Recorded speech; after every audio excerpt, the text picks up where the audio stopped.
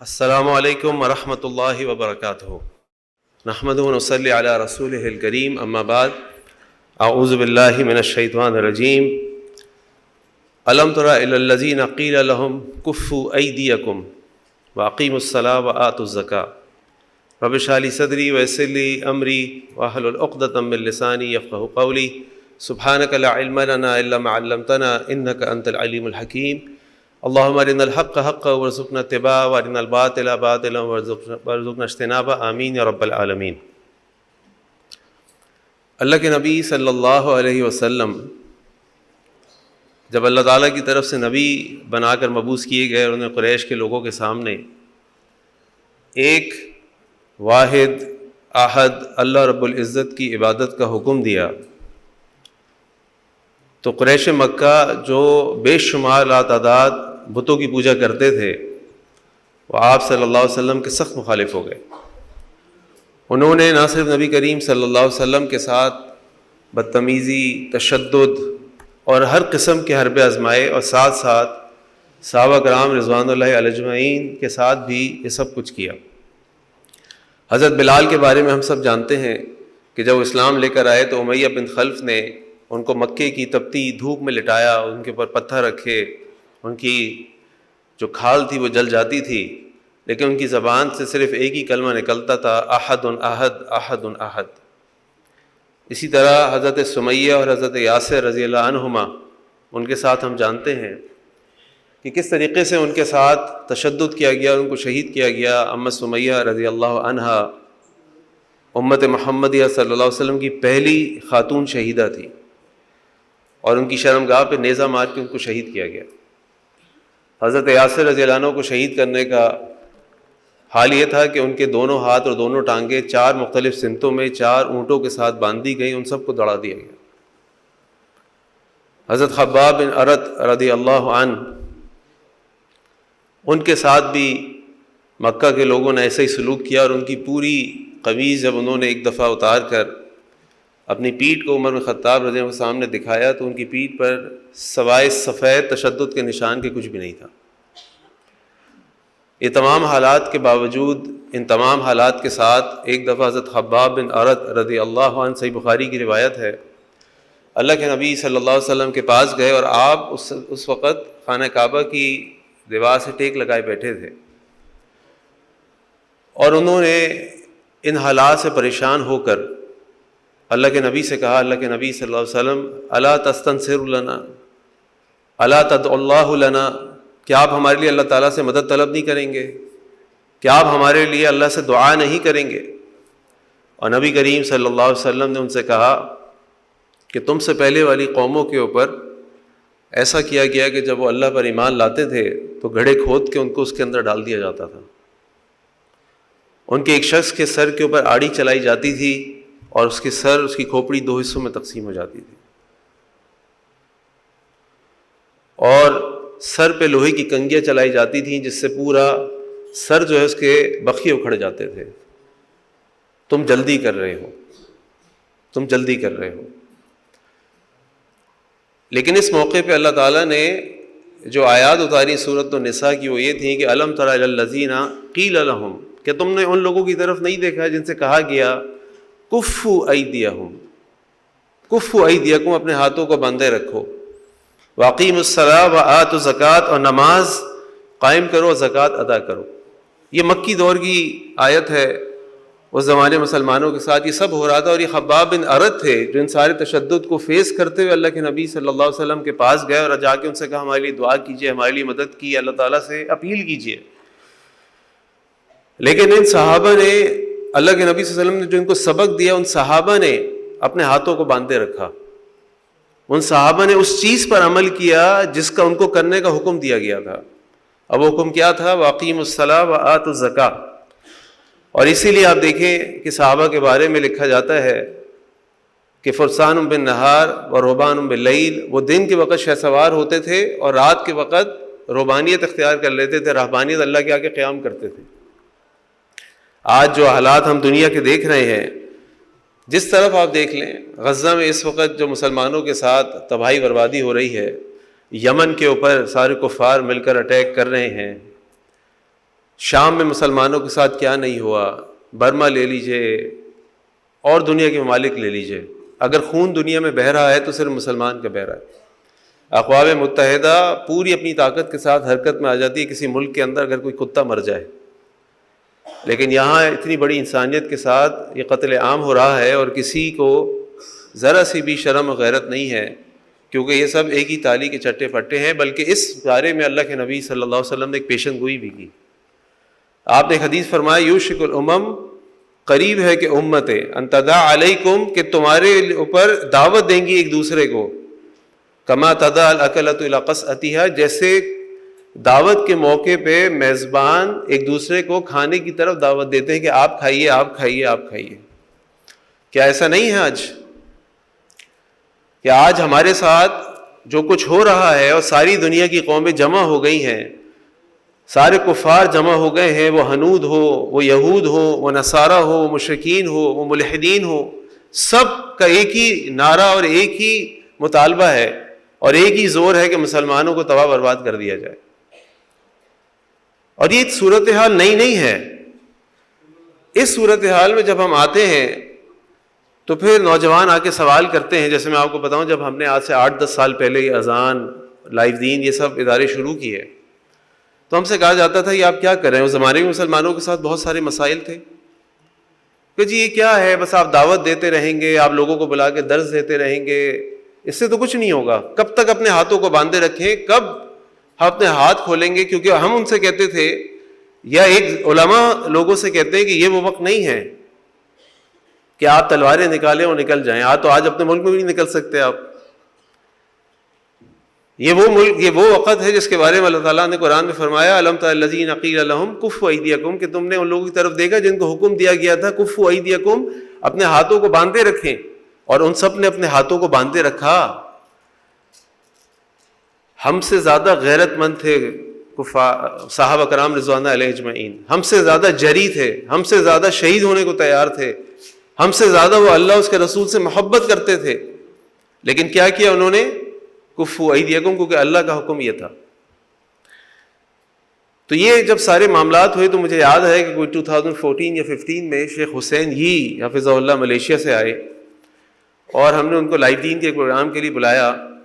تو جب پروگرام ہو جاتا ہے اس کے بعد 2-4 دن کے مختلف لیکچرز ہوتے ہیں، تو ایک دن ہم ان کے ساتھ بیٹھے ہوئے تھے اور پائے کھا رہے تھے، ان کو پائے بڑے پسند ہیں۔ تو میں نے ان سے پوچھا کہ شیخ یہ بتائیں کہ ہمارے یہاں لوگ یہ کہتے ہیں کہ کب تک ہم مکی دور میں رہیں گے، یہ مدنی دور کب شروع ہوگا؟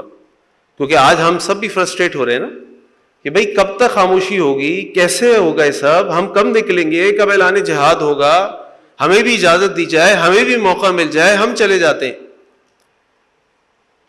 تو جب میں نے شیخ حسین ای سے سوال کیا تو شیخ حسین ای نے مجھ سے کہا کہ بھئی آپ کے پاس کوئی مدینہ ہے ابھی؟ میں آپ سے پوچھتا ہوں ہمارے پاس کوئی مدینہ ہے ابھی؟ اللہ کے نبی صلی اللہ علیہ وسلم جب تک مکے میں تھے بدترین تشدد ہو رہے تھے، صحابہ کرام کے سامنے شہید ہو رہے تھے، اللہ اور اس کے رسول کی طرف سے ایک ہی پیغام تھا، کفوا ایدیکم۔ ہمارے پاس کوئی مدینہ ہے؟ مجھے بتائیں، کوئی مدینہ نہیں ہمارے پاس ابھی۔ تو میں نے بھی ان کو کہا نہیں شیخ ابھی تو کوئی مدینہ نظر نہیں آ رہا، ابھی تو صرف مکہ ہے۔ تو کہنے لگے کہ بھائی جب تک مدینہ نہیں بنے گا تم کیسے اعلان جہاد کرو گے؟ اچھا، میں نے کہا شیخ مدینہ بنانے کے لیے کیا کرنا ہوگا؟ ہم سب جمع کر لیتے ہیں کچھ لوگوں کو۔ وہ کہنے لگے کہ بھائی مدینہ بنانے کے لیے یہ بتاؤ صحابہ یا ایسے اصحاب ہیں تمہارے پاس کہ جب ان کو کوئی اٹھانے آئے تو وہ ریٹریکٹ نہ کر جائیں، اپنی پارٹی نہ بدل لیں، وہ مارے کھانے کو تیار ہیں، مال دینے کو تیار ہیں، جان دینے کو تیار ہیں؟ میں نے کہا نہیں شیخ ایسے بھی نہیں ہے۔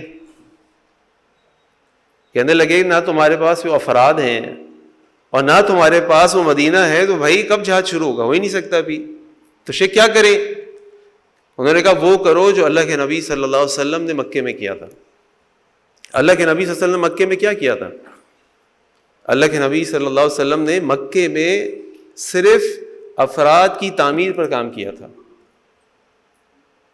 ان کے تعلق باللہ پر کام کیا تھا، ان کے عقیدے پر کام کیا تھا، ان کے کردار پر کام کیا تھا، ان کے علم پر کام کیا تھا۔ یہ افراد کی تعمیر ہے. ہم کچھ کرنا چاہتے ہیں. اب مثال دیتا ہوں میں آپ کو. دیکھیے آج تقریباً 100 دن ہونے کو آ گئے ہیں. 100 دن غزہ میں جو کچھ ہو رہا ہے, اور اس ماڈرن ہسٹری میں تو کبھی بھی ایسا نہیں ہوا. اور اوپر سے آپ یہ دیکھیے کہ وہ جرمن جو نازی جن کے خلاف یہودی کہتے ہیں کہ بھائی ہولوکاسٹ ہے, وہ آج ان یہودیوں کی حمایت میں کھڑے ہو گئے. آپ یعنی کفار کا اتحاد دیکھیں آپ. اس وقت بھی یہ ہوا تھا غزوہ احزاب کے موقع پہ, ہر طرف سے سارے قبائل, مشرکین, یہود سب جمع ہو گئے تھے کہ اب مسلمانوں کو نہیں چھوڑیں گے, مل کے اٹیک کریں گے.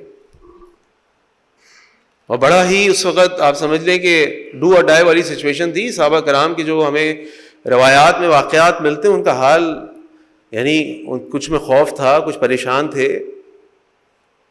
لیکن اللہ تعالیٰ فرماتے ہیں کہ جس طرح ان کے اوپر وہ چیزیں آ رہی تھیں ان کا ایمان بڑھتا جا رہا تھا. تو کہنے کا مقصد یہ ہے کہ اس موقع پہ ہمیں کیا کرنا ہے, ہمیں افراد کی تعمیر کرنی ہے. شیخ نے کہا کہ جب تک یہ نہیں ہوں گے مجھے بتاؤ کون کھڑا ہوگا لڑنے کے لیے, اور کہاں سے جا کے تم یہ اعلان کرو گے؟ مکے میں تو تم اعلان نہیں کرنے دیں گے, مکے میں اتنے لوگ بھی نہیں ہیں. تو اللہ کے نبی صلی اللہ علیہ وسلم نے افراد کی تعمیر کی. تو میں آپ کو بتا, وہ جو روایت میں آپ کو بتا رہا تھا کہ اللہ کے نبی صلی اللہ علیہ وسلم نے فرمایا کہ یہ امتیں, یہ قومیں ایک دوسرے کو دعوت دیں گی تمہیں کھانے کے لیے جیسے کھانا کھانے کے لیے دعوت دی جاتی ہے. اور آپ یاد رکھیں, اور ہم سب جانتے ہیں کہ جب ہمیں بھوک لگی ہوتی ہے تو پہلے ہم کھانا کھاتے ہیں, دوسرے کو جگہ دیتے ہیں. ابھی آپ دیکھیں گے 1 بجے جب بریک ہوگا اور لائن لگی ہوئی ہوگی تو لائن توڑ کے جانے والے بھی ہم ہی ہوں گے. ہم یہ نہیں سوچ رہے ہوں گے جو پہلے آئے اس کو پہلے مل جائے, جو بزرگ ہے اس کو پہلے مل جائے. ہمیں سب سے زیادہ بھوک لگی ہوگی, ہمیں سب سے زیادہ جلدی ہوگی, ہم لائن توڑ کے چلے جائیں گے, کسی بھی طرح گھسیں گے آگے سے پیچھے سے, ہمیں مل جائے. تو میں بتا رہا تھا کہ وہ یہ اشارہ اس بات کی طرف ہے کہ وہ ان کے اپنے پیٹ بھرے ہوں گے, وہ بھوکے نہیں ہوں گے, بلکہ پیٹ بھرے ہونے کے ساتھ دوسری قوموں کو دعوت دیں گے کہ آؤ ان کو مل کے کھاؤ. تو صحابہ کرام نے جب یہ بات سنی پریشان ہو گئے, کہنے کہ اللہ کے نبی صلی اللہ علیہ وسلم کیا اس دن ہم تھوڑی تعداد میں ہوں گے؟ آپ نے فرمایا نہیں, اس دن تم بہت بڑی تعداد میں ہوگے, بہت بڑی تعداد میں ہوگے. آج دنیا میں تقریباً 1/4 آبادی مسلمانوں کی ہے, اور نہ صرف تعداد میں ہم اس وقت زیادہ ہیں, وسائل میں بھی ہم زیادہ ہیں, خطے کے اعتبار سے بھی ہم بہت ٹھیک ٹھاک ہیں. لیکن مسئلہ کیا ہے جو اللہ کے نبی صلی اللہ علیہ وسلم نے اس وقت بتا دیا کہ کیا ہوگا, کہ تمہاری مثال ایسی ہوگی کہ جیسے سمندر کے اوپر جھاگ ہوتی ہے, اور جھاگ جو ہوتی ہے نا, جھاگ کا اپنا کوئی وزن نہیں ہوتا. جھاگ اپنی مرضی سے کچھ نہیں کر سکتی, اس کو پانی کی لہریں لے کے جاتی ہیں تو وہ جاتی ہے, اور کوئی کام نہیں ہے اس کا, نہ کوئی وزن ہے, نہ کوئی زور ہے, نہ کوئی اپنی مرضی ہے. آج ہمارا حال یہ ہے کہ نہیں؟ یس اور یس, یس اور یس, ہمارے یہی حال ہے. صحابہ نے پوچھا اللہ کے نبی صلی اللہ علیہ وسلم یہ کیسے ہوگا؟ آپ نے فرمایا یہ اس لیے ہوگا کہ تمہارے اندر وہن آ جائے گا, اللہ تعالیٰ تمہارا روگ دوسری قوموں کے دلوں سے نکال دیں گے. اور پھر پوچھنے والے نے پوچھا کہ ومل وہن, وہن کیا ہوتا ہے اللہ کے نبی صلی اللہ علیہ وسلم؟ آپ نے فرمایا حب الدنیا و کراہیت الموت, دنیا کی محبت اور موت سے کراہیت. اب میں آپ کو بتا ہی رہا تھا کہ تقریباً 100 دن ہو گئے ہیں فلسطین کو, 100 دن. مجھے بتائیں کہ میں جن 2-3 مساجد میں جا کے صبح فجر کی نماز پڑھتا ہوں, مجھے تو ان مساجد میں کوئی تعداد میں اضافہ نہیں ملا, اور ہم سب لڑنے کو تیار ہیں. ہمارے دل غصے سے پھٹ رہے ہیں, ہمارا بس نہیں چل رہا, لیکن مجھے تو کوئی فرق نظر نہیں. آپ میں سے کسی کو کسی مسجد میں فجر کی نماز میں تعداد میں اضافہ ملا ہے اس 100 دن کے اندر؟ اس لیے نہیں ملا کہ بس یہ باتیں ہیں. ابھی ہمارے لیے سب سے بڑا کام یہ ہے کہ افراد کی تعمیر کرنی. اب یہ افراد کی تعمیر کیسے ہوگی؟ افراد کی تعمیر کے لیے آپ کو 3 یا 4 چیزوں پہ فوکس کرنا ہوگا. سب سے پہلی چیز تعلق باللہ, اللہ سے ہمارا تعلق کیا ہے. میں نے آپ کو فجر کی نماز کی مثال اس لیے دی کہ اس میں 2 اہم باتیں ہیں. ایک بات تو یہ کہ نماز کے بغیر مسلمان کا اسلام انتہائی خطرے میں ہے.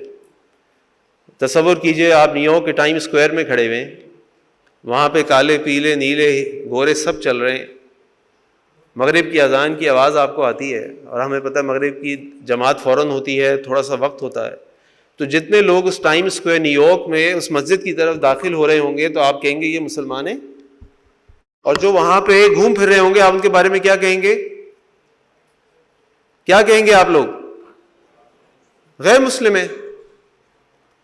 آج ہمارے ملک میں جب مغرب کی نماز ہوتی ہے یا فجر کی نماز ہوتی ہے تو کیا ہوتا ہے؟ سب سے پہلی چیز تعلق باللہ، اور اس کا سب سے پہلا عمل کے اعتبار سے نماز، سوچ کے اعتبار سے اللہ کی توحید۔ فجر کی نماز منافقین پہ بھاری ہوتی ہے، فجر کی نماز بہت اہم نماز ہے، جمعے کی نماز تو مسافر پہ معاف ہو جاتی ہے، فجر کی نہیں معاف ہوتی۔ تو سب سے پہلا کام جو ہم کر سکتے ہیں سفرات کی تعمیر کے لیے، یہ تعلق باللہ ہے، اللہ سے ہمارا تعلق کیا ہے۔ نمبر 2، ہمارا کردار کیا ہے۔ اللہ کے نبی صلی اللہ علیہ وسلم جب ہجرت کر کے مدینہ جا رہے تھے، ہم سب جانتے ہیں کہ وہ مرحلہ تھا کہ جس پہ دار الندوہ میں جمع ہو کر سارے مکے کے قبائل نے ایک اتحاد کیا اور پلان کیا کہ ہم سب میں سے کوئی نہ کوئی ریپرزینٹیٹو جائے گا اور اب سب مل کر اللہ کے نبی صلی اللہ علیہ وسلم پر قاتلانہ حملہ کریں گے، تاکہ اگر وہ ان کا قبیلہ ہم سے بدلہ لینے کے لیے آئے تو اتنے سارے لوگ کیسے سنبھالیں گے، ہر قبیلے کا آدمی موجود ہے۔ اور سب آ کے جمع ہو گئے۔ اللہ کے نبی صلی اللہ علیہ وسلم نے اللہ کے حکم سے ہجرت کی، اور ہم سب جانتے ہیں کہ جب انہوں نے ہجرت کی تو اپنے بستر پہ کس کو لٹایا، ذرا بتائیے؟ حضرت علی رضی اللہ عنہ۔ اور کیا کہا تھا ان کو؟ کچھ دیا تھا ان کو؟ کیا دیا تھا ان کو؟ کچھ امانتیں تھیں ان کے پاس۔ کس کی امانتیں تھیں وہ؟ انہی لوگوں کی جو قتل کرنے آئے، اپنے رشتہ داروں کی نہیں تھی، مسلمانوں کی نہیں تھی، ان دشمنوں کی تھی جو ان کی جان کے در پہ تھے، جو ان کو قتل کرنے کے در پہ تھے، جو ان کے صحابہ کو قتل کر رہے تھے، شہید کر رہے تھے، ان کا بائیکاٹ کر رہے تھے۔ اور وہی لوگ اللہ کے نبی صلی اللہ علیہ وسلم کے گھر میں ان کے ہاتھوں میں امانتیں رکھوا رہے۔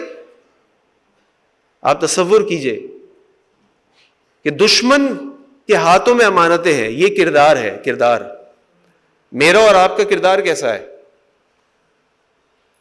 کیا کوئی میرے بارے میں یہ کہہ سکتا ہے کہ بھائی، یعنی وہ عبداللہ بن مبارک رحمہ اللہ کے گھر کا پڑوسی جو ہے، جو اپنا گھر بیچ رہا تھا تو اس نے اپنے گھر کی قیمت لگائی مثلا 2000 دینار۔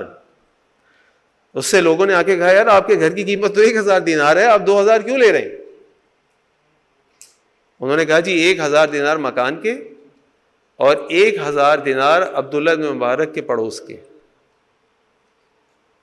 میرا پڑوسی میرے لیے کوئی قیمت میں اضافہ کرے گا؟ میرا کمٹمنٹ لیول کیا ہے؟ میرے اخلاق کیا ہیں؟ میرے لوگوں کے ساتھ معاملات کیا ہیں؟ یاد رکھیے انسان دنیا میں آتا ہے، دنیا سے چلا جاتا ہے، کوئی چیز اس کے ساتھ نہیں جاتی سوائے معاملات کے۔ سوائے معاملات کے کوئی چیز اس کے ساتھ نہیں جاتی۔ نہ مال جاتا ہے، نہ اولاد جاتی ہے، نہ تمغے جاتے ہیں، کچھ دن بعد اس کو سب بھول جاتے ہیں سوائے معاملات کے۔ دوسری چیز اس پہ ہمیں کام کرنے کی ضرورت ہے، اس پہ اللہ کے نبی صلی اللہ علیہ وسلم نے کام کیا، وہ کردار تھا صحابہ کا۔ اور تیسری چیز اس پہ ہمیں کام کرنے کی ضرورت ہے، وہ ہے علم۔ وہ ہے علم، دین کا علم۔ جیسے ابھی قاری سہیب صاحب نے بھی اس پہ بات کی، ڈاکٹر عدیز زبیر صاحب نے بھی اس پہ بات کی۔ علم، اور علم کس سے لینا ہے؟ علماء ربانیین سے علم لینا، جیو ٹی وی سے نہیں لینا، ٹاک شو سے نہیں لینا، اخباروں سے نہیں لینا۔ آج اللہ رحم فرمائے ہمارے دماغوں کا حال یہ ہے، میں تو سر پیٹ لیتا ہوں جب میں کبھی دیکھتا اور پڑھتا ہوں، یعنی میرج کے کورسز وہ لوگ کرا رہے ہیں جن بیچاروں کی شادی نہیں ہوئی۔ واللہ ہی ایسا ہوتا ہے یہاں پہ۔ پیرنٹنگ کے لیکچر وہ دے رہا ہے جس کی اولاد ہی نہیں ہوئی، اور ہوم سکولنگ وہ سکھا رہا ہے جس کے بچے ابھی 2 سال کے ہیں۔ اب مسئلہ کہاں ہے؟ مسئلہ تو ہمارا ہے نا، کہ ہمیں اتنی عقل سمجھ نہیں ہے کہ ہم کس سے کیا چیز پوچھنے جا رہے ہیں۔ علم۔ اور ہم سب جانتے ہیں کہ جب اللہ کے نبی صلی اللہ علیہ وسلم پر قرآن کریم نازل ہونا شروع ہوا تو وہی آ رہی تھی۔ اس وقت مکہ کے کیا حالات تھے؟ رشوت عام تھی، زنا عام تھا، جوا عام تھا، قتل عام تھا، لوگ اپنی ماؤں بیٹیوں سے شادی کر لیتے تھے، ماؤں سے شادی کر لیتے تھے، عورتوں کو وراثت میں حصہ نہیں ملتا تھا، یہ سب ہوتا تھا. لیکن ساری چیزوں کے باوجود، اور سب سے بڑی بات یہ ہے کہ اللہ کے سب سے بڑھ کر خانہ کعبہ کے اندر باہر 360 کے قریب بت تھے. ان تمام چیزوں کے بعد، شرک، فسق و فجور تمام ہونے کے باوجود، سب سے پہلی وحی کس چیز کے بارے میں آئی بتائیے؟ علم کے بارے میں آئی. اقرأ بسم ربک الذی خلق خلق الانسان من علق اقرأ وربک الاکرم الذی علم بالقلم علم الانسان ما لم یعلم. سب سے پہلی وحی علم کے بارے میں آئی. اور یہ جس قسم کی آپ اس وقت کانفرنس میں بیٹھے ہوئے ہیں، اس طرح کی بہت ساری کانفرنسز ہوتی ہیں، کورسز ہوتے ہیں، کلاسز ہوتی ہیں. ہم تو یہ پورا ڈیزائن اس لیے سیٹ کرتے ہیں کہ یہاں لوگ اپنی فیملیز کے ساتھ آئیں، مرد حضرات بھی آئیں، خواتین بھی آئیں، بچے بھی آئیں، انفینٹس بھی آئیں، تاکہ پوری فیملی آ کر ایکٹیولی اپنے دین کو سیکھے، اچھے لوگوں کے ساتھ ایک نیٹ ورکنگ بنائے اور بار بار ان محفلوں میں آئیں. اور یہ بہت ضروری ہے. یہ اس لیے ضروری ہے کہ آج ہم سب ایک ایسے ماحول میں رہ رہے ہیں کہ مثال کے طور پہ کوئی شخص ہے، وہ دین پر عمل کر رہا ہے، کرنا چاہتے ہو، اب گھر میں اکیلا ہے. کتنے لوگ ایسے ہیں جو اپنے گھر میں اکیلے ہیں؟ بچی پردہ کرتی ہے اور ماں باپ منع کرتے ہیں، اس کی شادی نہیں ہو رہی کیونکہ بچی پردہ کرتی ہے. کہ لڑکے نے داڑھی رکھی اور اس کے ماں باپ اس کو منع کرتے ہیں داڑھی نہ رکھو. اس اکیلے پن میں، اس اجنبیت میں، جو قاری سہیل صاحب نے حدیث بھی پڑھی، بدل الاسلام غریبا وسيعود كما بدا فطوبى للغرباء، کہ اسلام اجنبیت سے آیا، دوبارہ اجنبی ہو جائے گا. اور پھر خوشخبری ہے ان لوگوں کے لیے جو اس اجنبیت کو قبول کر لیں. تو آج تو ہمیں اس قسم کی نیٹ ورکنگ کی، دوستوں کی، کمپینین شپ کی پہلے سے زیادہ ضرورت ہے. اور یہاں پہ ایک چیز میں آپ کو اور بتاؤں، دیکھیں اولاد ہم سب کو پیاری ہوتی ہے، اولاد سے ہم سب کو محبت بھی کرنی ہے، اولاد کے بارے میں ہم سے سوال بھی ہوگا، اور ان کی تمام ذمہ داری، ان کی پڑھائی کی، ان کی تعلیم کی، صحت کی ہمارے اوپر ہے. لیکن خالی ان بچوں کو آپ پڑھنے لکھنے بھیج دیں اور آپ خود کچھ نہ کریں، کام نہیں ہوگا. حضرت سعید ابن مسیب رحمہ اللہ اپنے چھوٹے سے شیخوار بچے کو اپنے ساتھ لٹا کر اللہ کے آگے قیام کرتے تھے اور کہتے تھے بیٹا تیرے لیے کر رہا ہوں یہ میں، تاکہ اللہ سے دعا کروں کہ اللہ میرے بچوں کو نیک بنا دے. تو ہم اپنے بچوں کے لیے چاہتے ہیں سب کچھ ہو جائے، لیکن خود کچھ کرنے کو تیار نہیں ہے. ایسے نہیں ہوگا، ایسے نہیں ہوگا. مجھے ایک بات بتایا نا، ایک بچہ اپنے آپ کو سنبھال سکتا ہے، اپنے اوپر اثر انداز ہو سکتا ہے. 17-18 سال کا بچہ، 15 سال کا بچہ، 20 سال کا، ہمارے تو خیر ماشاء اللہ 25 سال کے 30 سال کے بچے ہوتے ہیں، تو وہ بیچارہ کیا کر سکتا ہے؟ آج ہمارا کوئی لڑکا، ہمارے گھروں میں، خاندانوں میں، شہر میں، ملک میں کوئی شخص، کوئی لڑکا اپنے پیسے سے شادی کر سکتا ہے؟ اتنے پیسے ہیں لوگوں کے پاس. کیا وہ اپنا گھر اس 22 سال 25 سال کی عمر تک بنا سکتا ہے؟ کچھ نہیں کر سکتا. وہ ٹوٹل ڈیپینڈنٹ ہے. کس پہ ڈیپینڈنٹ ہے؟ الا ماشاء اللہ. میں 100% کی بات نہیں کر رہا، میں 99% کی بات کر رہا ہوں. وہ کس پہ ڈیپینڈنٹ ہے؟ اگر کسی لڑکے نے شادی کرنی ہو، وہ کس پہ ڈیپینڈنٹ ہے شادی کے خرچے کے لیے؟ ماں باپ کے اوپر. اور یہ ہماری ایک ایوریج گھروں میں 3-4 بچے تو ہوتے ہی ہیں، یعنی ایک ماں باپ 3-4 بچوں پہ انفلوئنس کر سکتے ہیں، لیکن بچہ خالی اپنے اوپر انفلوئنس کر سکتا ہے. ماں باپ کو تو وہ کنٹرول تو نہیں کر سکتا، ریکویسٹ کر سکتا ہے، دعوت دے سکتا ہے، اخلاق سے جیت سکتا ہے، محبت کر سکتا ہے، اس کا کیا کرے گا. لیکن ماں باپ اگر اچھے ہو جائیں اور گھر کی ایک ایسی پالیسی بنا لیں based on Islamic values and Islamic education, تو وہ اپنے 4 بچوں پہ اثر انداز ہو سکتا ہے. تو میں اور آپ اس طرح اپنے آپ کو بری ذمہ قرار نہیں دے سکتے کہ بھائی میرا بچہ چلا گیا، وہ کلاس اٹینڈ کر رہا ہے، وہ سرکل اٹینڈ کر رہا ہے، وہ کورس کر رہا ہے، کافی ہے میں جھوٹ بولوں، بےمانی کروں، رشوت کھاؤں، رشوتیں دوں، سارے الٹے سیدھے کام کروں، کام ہو جائے. نہیں، ایسا نہیں ہوگا. علم حاصل کرنا ہوگا، علم حاصل کرنا ہوگا. اس کے بغیر بات آگے نہیں بڑھے گی. تو یاد رکھیں کہ اس ساری سچویشن میں جب ہمارا دل خون کے آنسو رو رہا ہے اور ہم بے بسی کی تصویر بنے ہوئے ہیں، کچھ نہیں کر پا رہے، واللہ کچھ نہیں کر پا رہے، تو ہم کیا کریں؟ ہم اپنے اوپر تو کام کر لیں. اور اللہ تعالیٰ کا تو وعدہ ہے قرآن کریم کے اندر، اللہ تعالیٰ کا وعدہ ہے وَأَنْتُمُ الْأَعْلَوْنَ إِن كُنتُم مُؤْمِنِينَ، تم غالب رہو گے اگر تم ایمان والے ہوگے. اور ایمان کا پہلا مظہر کیا ہے؟ نماز. ایمان کا پہلا مظہر کیا ہے یا اور مظاہر کیا ہے؟ ہمارا اخلاق، ہماری علم سے محبت، ہماری علماء سے محبت، ہمارا کردار، ہماری تمام چیزیں. تو یہ سبھی جب ہی ہو سکتا ہے جب ہم ایمان والے ہوں گے. یاد رکھیں، امریکہ کتنا پاورفل ہو، انگلینڈ کتنا پاورفل ہو، کینیڈا کتنا پاورفل ہو، یہ سارے مل کے بھی جمع ہو جائیں، یہ اللہ سے زیادہ پاورفل تو نہیں ہے. یہ اللہ رب العزت سے زیادہ طاقت تو نہیں رکھتے. وہ اللہ جب 313 مسلمان نہتے تھے اور سامنے 1000 مشرکین مکہ تیار ہو کر آئے تھے، اللہ تعالیٰ نے فتح دی. اور کئی دفعہ ایسا موقع آیا مسلمانوں کی تاریخ میں کہ جب انہوں نے جہاد کر رہے تھے تو اس وقت کوئی ریشیو نہیں تھا، یعنی کوئی کمپیریزن نہیں تھا مسلمانوں کی فوج کی تعداد کا اور مشرکین کی فوج کی تعداد کا یا کفار کی فوج کی تعداد کا. اللہ تعالیٰ نے فتح دی. کس طرح فتح دی؟ ایمان کی وجہ سے، اس ایمان کی وجہ سے. تو یاد رکھیں کہ اگر ہم کچھ کرنا چاہتے ہیں فلسطینی مسلمان بھائیوں کے لیے، غزہ کے مسلمان بھائیوں کے لیے، دنیا کے مسلمانوں کے لیے، تو ہم بہت کچھ کر سکتے ہیں. ہم بہت کچھ کر سکتے ہیں. ہم راتوں میں اٹھ کے اللہ سے دعائیں کر سکتے ہیں. ہم اللہ سے اپنے تعلق کو مضبوط کر سکتے ہیں.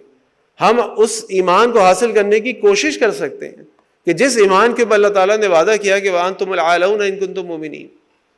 تو ہم کب تک برداشت کریں؟ آپ کو زیادہ برداشت کرنے کی ضرورت نہیں. آپ کام شروع کریں بھائی، اپنے آپ کو اپنی اصلاح کریں، اپنے آپ کو بہتر بنائیں،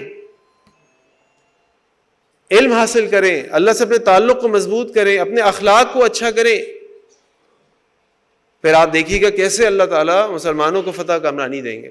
لوگ کہتے ہیں جناب، بعض لوگ کہتے ہیں کہ یہ اتنا یہودی جو ہے مسلمانوں کے اوپر اٹیک کر رہا ہے، اتنا تباہی بربادی پھیلایا ہوا ہے، وہاں جس کو دیکھو، جس کے بچے مر رہے ہیں وہ کہتا ہے حسبنا اللہ ونعم الوکیل، لا الہ الا اللہ، لا الہ الا اللہ. وہ واقعہ بھی آپ نے دیکھا ہوگا اس شخص کا جس کی پوتی جب شہید ہوئی، جس کو وہ کہتا ہے روح الروح. تو وہ جب ایک اور بچی کے پاس گیا، اپنی بچی کی شہادت، اپنی پوتی کی شہادت کے بعد، اور اس بچی کی ایک ٹانگ چلی گئی تھی، اس کی ایک ٹانگ ضائع ہو گئی تھی.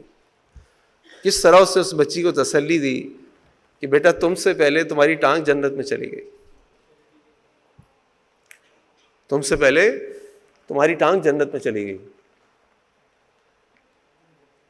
تو اگر ہمیں کچھ کرنا ہے تو اپنے آپ سے شروع کریں. صحابہ کرام نے جا کے ابو جہل کو مکہ میں جا کے نہیں مارا تھا، ابو لہب کو نہیں مارا تھا، پتھراؤ نہیں کیا تھا، اپنے اوپر کام کیا تھا. کیسے کام کیا تھا؟ الم تر الذین قیل لهم کفوا ایدیکم واقیموا الصلاۃ وآتوا الزکاۃ. اپنے ہاتھوں کو بند رکھو اور نماز قائم کرو، زکوٰۃ ادا کرو. اور جب وہ یہ کرتے رہے تو آپ دیکھیں کہ مکہ کی ہجرت کے وقت مسلمانوں کی تعداد شاید چند ہزاروں میں ہوگی، اور اگلے 8 سال میں جب ایسے افراد تیار ہو گئے اور ایسے مدینہ ان کو مل گیا، اللہ تعالیٰ نے مدینہ بنا دیا، تو پھر 8 سال کے بعد جب اللہ کے نبی صلی اللہ علیہ وسلم فاتح مکہ بن کے مکہ میں داخل ہوئے تو 10,000 لوگ فوج کے اندر شامل تھے. اور جب حج کے لیے گئے حجۃ الوداع کے اندر تو 1 لاکھ سے زیادہ لوگ اس میدان میں موجود تھے. یہ کیسے ہوگا؟ یہ کب ہوگا؟ جب افراد کی تعمیر ہوگی. اور یہ افراد کی تعمیر یہاں سے نہیں شروع ہوگی. کہاں سے شروع ہوگی؟ یہاں سے شروع ہوگی. یہاں سے، وہاں سے نہیں شروع ہوگی، وہاں سے نہیں شروع ہوگی، وہاں سے نہیں شروع ہوگی، یہاں سے شروع ہوگی. اگر آپ نے کوئی اگلا قدم اٹھانا ہے نا تو یہ قدم اٹھائیں، مسجدوں کو بھر دیں، اللہ کے آگے ہاتھ اٹھا لیں. اللہ ان کی دعائیں سنتے ہیں جن کا رزق حلال کا ہوتا ہے. اللہ ان کی دعائیں سنتے ہیں جو اللہ کے مقربین ہوتے ہیں. اللہ ان کی دعائیں سنتے ہیں جو اللہ تعالیٰ کے نیک ہوتے ہیں، اللہ تعالیٰ کے نیک بندے ہوتے ہیں. اللہ تعالیٰ حرام کھانے والوں کی دعائیں نہیں سنتے. اللہ تعالیٰ جھوٹ سے نفرت کرتے ہیں. اللہ تعالیٰ فسق و فجور کو پسند نہیں کرتے. تو آپ کو برداشت کرنے کی اتنی ضرورت نہیں ہے، آپ کو کام کرنے کی ضرورت ہے. مجھے کام کرنے کی ضرورت ہے. تو اللہ تعالیٰ سے دعا ہے کہ اللہ تعالیٰ ہمیں ایسا اگلا قدم اٹھانے کی توفیق عطا فرمائے جو قدم اس کو مطلوب ہے، جو ریسیپی اللہ تعالیٰ نے اس کے رسول صلی اللہ علیہ وسلم نے ہمیں قرآن و سنت میں دی ہے، ہماری مرضی کی نہیں، ہماری مرضی کی نہیں. اس لیے ایک عربی مقولہ ہے، اللہ کے راستے میں مر جانا کئی آسان ہے، کئی گنا آسان ہے اللہ کے راستے میں زندگی گزارنے سے۔ اللہ کے راستے میں مر جانا کئی گنا آسان ہے اللہ تعالیٰ کے راستے میں زندگی گزارنے سے۔ تو اللہ تعالیٰ کے راستے کے مطابق زندگی گزاریں، پھر اللہ تعالیٰ جو الرحمن الرحیم ہے، علی کل شیء قدیر ہے، القادر ہے، المالک ہے، العلیم ہے، الخبیر ہے، الجبار ہے، الوہاب ہے، الرزاق ہے، اللہ تعالیٰ ان دشمنوں کو نیست و نابود کر دے گا۔ تو شیخ حسینی نے اپنی بات کیسے پوری کی، اس پہ اپنی بات ختم کرتا ہوں۔ انہوں نے کہا کہ دیکھیں آپ کا کام یہ ہے، کیونکہ میں نے ان سے کہا شیخ لوگ ہم پہ اعتراض کرتے ہیں آپ کیا کر رہے ہیں، اس سے تو کچھ نہیں ہوگا، اس سے نہ خلافت آئے گی، نہ مسلمان ممالک جو جس پہ کفار قابض ہیں وہ فتح ہوں گے۔ کہنے لگے یہ آپ کا کام ہی نہیں ہے، آپ کا کام وہ ہے جو آپ کو قرآن و سنت بتا رہا ہے۔ جب آپ ایسے افراد کی تعمیر شروع کریں گے، اللہ رب العزت کا جب حکم ہوگا، یہ جتنے ڈاٹس ہیں یہ کنیکٹ ہونے شروع ہو جائیں گے۔ جہاں اللہ تعالیٰ نے آپ کو طاقت دی ہے، جہاں اللہ تعالیٰ نے آپ کو قدرت دی ہے، جس میدان کے آپ شہسوار ہیں، خیر کے کام میں لگ جائیں آپ، لیکن based on Islamic values and Islamic principle, Islamic عقیدہ، اپنی مرضی کا نہیں کہ میرا حج لوگوں کی خدمت ہے، یہ کوئی اسلام نہیں ہے۔ ہاں آپ خدمت کیجئے، لیکن حج، نماز، روزہ اس لوگوں کی خدمت نہیں بن سکتا، وہ اپنی جگہ ایک عبادت ہے، باقی چیزیں اپنی جگہ اپنی ایک عبادت ہے۔ تو اپنی زندگی کو اسلام کے مطابق، اللہ کے بتائے طریقے کے مطابق گزاریں۔ اللہ تعالیٰ سے دعا ہے کہ اللہ تعالیٰ ہمیں دین اسلام پر عمل کی توفیق عطا فرمائے، اللہ تعالیٰ ہمارے غزہ کے مسلمانوں کی مدد فرمائے۔ وآخر دعوانا ان الحمد للہ رب العالمین۔ السلام علیکم ورحمۃ اللہ وبرکاتہ۔